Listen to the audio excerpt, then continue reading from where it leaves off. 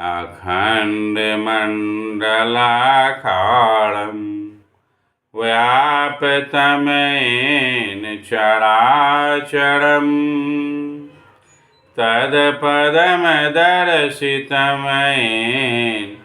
तस्मै श्रीगुरवे नमः। शिवनारायण स्वामी की जय। श्री सद्गुरु महाराज की जय। आदरणीय संत समाज, आप सभी जानते हैं स्वामी जी का जन्म 1716 ईस्वी में हुआ और वे मात्र 7 वर्ष की अवस्था में दीक्षा लिए। उनके गुरु का नाम दुखरन स्वामी हुआ और फिर वे 16 वर्ष की अवस्था में शब्द साधना कर पूर्णता को प्राप्त कर लिए। अपने आत्म स्वरूप को वे जान गए, क्योंकि वे दिव्य पुरुष थे। संत लोक से वे धरती पर जीवों को चेताने के लिए आए थे। उन्होंने हम लोगों के बीच बृहद ज्ञान को रख गए और बृहद ज्ञान के माध्यम से वे बताना चाहे कि प्रत्येक साधक का उद्देश्य है कि वह अपने भीतर साधना करके शब्द को प्राप्त करे और फिर शब्दातीत होकर अपने आप को पहचान ले और पहचान कर संत लोक को गमन करे। यह उनका उद्देश्य रहा है। इसमें उन्होंने बहुत सारे ग्रंथों को लिखे, गुरुन्यास लिखे, विलास ग्रंथ लिखे, लौ परवाना लिखे, 10-12 ग्रंथों को लिखे। हालांकि मैं इसे बारी बारी से आप लोगों के बीच देने का प्रयास कर रहा हूँ। अब इन सारे ग्रंथों में वे बाहरी आडंबर का विरोध किए। हर ग्रंथों में बाहरी आडंबर को वे कहे कि इससे कल्याण होना नहीं है, इसलिए एक सद्गुरु से दीक्षा लेकर उसके ज्ञान को अपने अंदर रखकर ध्यान करें। एकांत में बैठकर निश्चिंतता से ध्यान करें।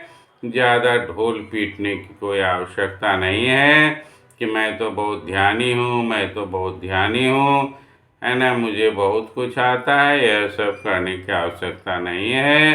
पहले अपना कल्याण कर लें। फिर धर्म ग्रंथों में कहा गया है कि यदि आपके पास अधिक धन है तो उसे समाज में थोड़ा बांटें भी, सिर्फ अपने भोजन के लिए, अपने उपयोग के लिए नहीं लाएं। ये सामान्य सा नियम है।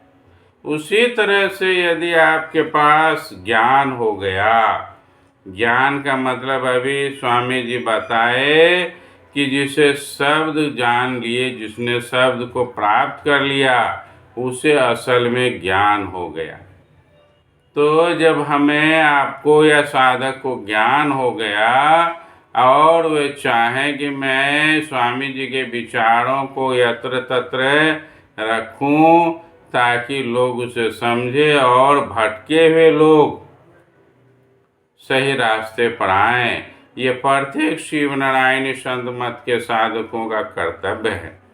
यदि आप, हम या जो सद्गुरु हैं, अतः जिन लोगों ने शब्द साधना कर अपने को ऊपर उठा लिए हैं, वे ज्ञानी हो गए हैं। वे अगर चाहें तो अपनी वार्ता को, ज्ञान को साधकों को, शिष्यों को या जनमानस को उसे देना भी चाहिए। अब धन देने में और ज्ञान देने में थोड़ा फर्क है। धन तो हम गरीब देखकर बांटते जाते हैं, लेकिन ज्ञान देने में जिज्ञासु को देना चाहिए। अब सवाल है कि बहुत जगह ऐसा होता है कि लोग जानते ही नहीं हैं कि हमें करना क्या है, पूछना क्या है, क्या जिज्ञासा रखनी है, ऐसे जगह में इस ज्ञान को थोड़ा थोड़ा देना भी चाहिए और देकर लोगों को समझाना चाहिए कि स्वामी जी क्या करने के उद्देश्य से जीवों को कहे हैं। इतना बड़ा मतपंथ 300 साल से ज़्यादा हो गया, वे क्या कहना चाह रहे हैं, क्या कहकर जा रहे हैं, इस विषय पर खुद जानना चाहिए और संतों की वाणी सुननी भी चाहिए। आदरणीय संत समाज, मुझे बड़ा खेद है कि यह मतपंथ सिर्फ ढोल बजाने, खंजरी पीटने और लंबे लंबे समय तक भजन गाने के लिए ही रह गया है। इस मतपंथ में लोग ज्ञान की ओर नहीं मुड़ रहे हैं। उसे भजन और नाच बड़ा अच्छा लग रहा है, भजन गाया जाए और भजन के साथ साथ वे नाच की भी लालसा रखते हैं कि अगर बीच बीच में नाच भी हो जाए तो बड़ा सुंदर होगा। इसी कारण से यह मतपंथ भांग धतूरा खाना, शराब पीना, रात भर खंजरी पीटना और बस मस्त रहना, इसी को सत्संग समझते हैं। आदरणीय संत समाज, कहीं पर भी स्वामी जी ऐसा नहीं कहे हैं कि रात भर खंजरी पीटो, भांग धतूरा खाओ और मस्त रहो। ऐसा स्वामी जी का कहीं कोई वर्णन देखने को नहीं मिलता है। फिर ये काढ़ा प्रसाद लेकर के बहुत बड़ा हंगामा होता है, तो मैंने उनके बहुत सारे पुस्तकों को, क्या कहा जाए, लगभग सारे पुस्तकों को पढ़ा है। कहीं पर भी काढ़ा प्रसाद बनाने की भी कोई चर्चा नहीं है। यह परंपरागत रूप में इसको बीच में घुसा दिया गया है, सिर्फ जो है मजमा लगाने के लिए। लेकिन स्वामी जी के ग्रंथों में कहीं पर भी काढ़ा प्रसाद का जिक्र नहीं है।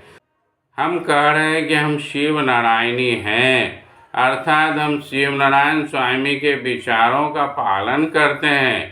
तो शिवनारायण स्वामी के विचारों में है खान पान को शुद्ध करें, विचार को शुद्ध करें, एकांत में बैठकर साधना करें और फिर अपने को शब्द से पार ले जाएं। इन विचारों के लिए जो जो चीज़ की आवश्यकता है, जैसे कि एक सद्गुरु होना चाहिए, सद्गुरु से विचार लेकर उनके बताए गए मार्ग पर चलना चाहिए। अन्नों की रात भर खंजरी पीटना चाहिए और ढोल ढाल बजाना चाहिए। मैं यह नहीं कह रहा हूँ कि यह नहीं करना चाहिए, अवश्य करना चाहिए। एक समय सीमा के अंदर सत्संग भजन के माध्यम से अपने दिल का उद्गार उत्पन्न करना चाहिए, लेकिन धीरे धीरे ज्ञान इस चक्र में विलुप्त होता चला जा रहा है। इसलिए हम सभी अनुयायियों को चाहिए ज्ञान के तरफ भी ध्यान दें, अन्यथा खंजरी पीटते जीवन गुजर जाएगा, गुजर गया और फिर खा पी के मर जाएंगे। शराब पी लेंगे, कहेंगे बहुत ध्यान लग रहा है, गांजा पी लेंगे, कहेंगे रात भर हम ध्यान करते हैं। बस यही होगा, शब्द साधना एक कल्पना हो जाएगी। कुछ समय बाद यह सब साधना विलुप्त हो जाएगा, क्योंकि जिस रफ्तार से लोग सिर्फ भजन गान और खंजरी पीट रहे हैं, सब समाप्त हो जाएगा। इसलिए आदरणीय संत समाज, सच्चे ज्ञान को पकड़ें, भजन करें। भजन बना है भजन गाने के लिए, लेकिन रात भर नहीं, एक समय सीमा में भीतर के उद्गार को प्रकट करें और फिर सही साधना को करें। जो ध्यान नहीं करते हैं ठीक से, उसके लिए यह सब बेकार हो जाएगा। आदरणीय संत समाज, मैं जान रहा हूँ मेरे बोलने पर कुछ लोगों को, मेरे बोलने में कुछ बातें ऐसी भी हैं जो अच्छा नहीं लगे, लेकिन सच्चाई यही है वर्तमान समय में मतपान जा रहा है एक दिशा की ओर, सिर्फ गाओ बजाओ खाओ पियो मौज मस्ती करो। ये संत बनने की क्रिया नहीं है। संत होना, साधक होना साधारण काम नहीं है।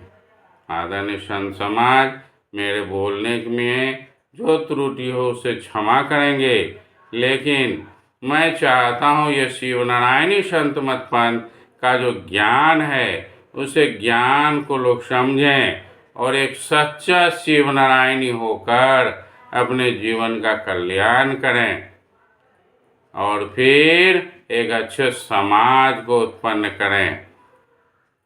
अन्यथा अपनी अपनी मर्जी है। मैं तो सबका मालिक नहीं हूँ। मैं अपना खुद का मालिक नहीं बन पाया तो दुनिया का क्या बन पाऊँगा। लेकिन मैं स्वामी जी के विचारों को जब रख रहा हूँ तो मेरी इच्छा होती है लोग ज्ञान को भी ग्रहण करें और एक सिस्टम में आए, एक तरीके में आए, एक वे पर आए, ताकि एक लगे कि ये शिवनारायणी संत मतपान स्वामी जी के विचारों को लेकर चलते हैं और इसके अनुयायी एक सभ्य डिसिप्लिन एक तरीके के लोग हैं। आदरणीय संत समाज, आज इतना ही कहकर अपनी वाणी को विराम देता हूँ। स्वामी जी के विचारों को समझकर शब्द साधना की ओर बढ़े और शब्द साधना के लिए से एक सद्गुरु को करें और फिर उनसे पूछ पूछ कर ज्ञान लेकर शब्द साधना कर अपना कल्याण कर लें। बाद बाकी तो दुनिया चलती रहेगी, हम रहें चाहे नहीं रहें, दुनिया यूं ही चलती ही रहे। जय गुरु संतपति।